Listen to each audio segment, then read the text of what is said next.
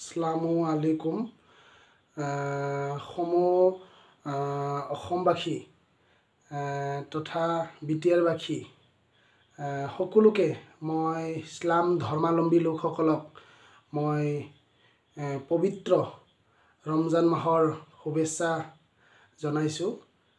সকলোৱে ইছলাম ধৰ্মাৱলম্বী লোকসকলে আজিৰ পৰা যি প্ৰথমটো দিন যি এক মাহ ৰোজা হিচাপে পালন কৰিব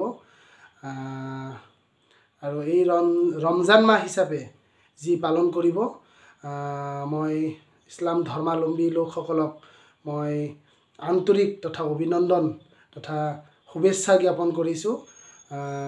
ঈশ্বৰে ভগৱানে ভালে ৰাখক আৰু এওঁলোকৰ ফেমিলি পৰিয়াল ভালে কুশলে ৰাখক, তাৰ কাৰণে মই ভগৱান ঈশ্বৰৰ ওচৰত প্ৰাৰ্থনা কৰিছোঁ আৰু বিভিন্ন জাতি জনগোষ্ঠীৰ মাজত মিলাপ্ৰীতিৰে যাতে একেলগে বসবাস কৰিব পাৰোঁ, আনজনে আনজনক যাতে আমি সহায় কৰিব পাৰোঁ, তাৰ কাৰণে মই ঈশ্বৰ তথা ভগৱান আল্লাহৰ ওচৰত প্ৰাৰ্থনা জনাইছোঁ।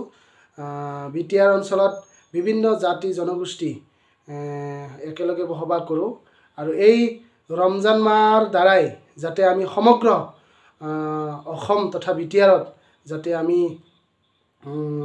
বিভিন্ন জাতি জনগোষ্ঠীৰ মাজত যাতে আমি একেলগে বসবাস কৰিব পাৰোঁ, তাৰ কাৰণে মই সকলোকে আকৌ একবাৰ মই পুনৰবাৰ মানে ইছলাম ধৰ্মাৱলম্বী লোকসকলক মই পবিত্ৰ ৰমজান মাহৰ শুভেচ্ছা জ্ঞাপন কৰিছোঁ। নমস্কাৰ।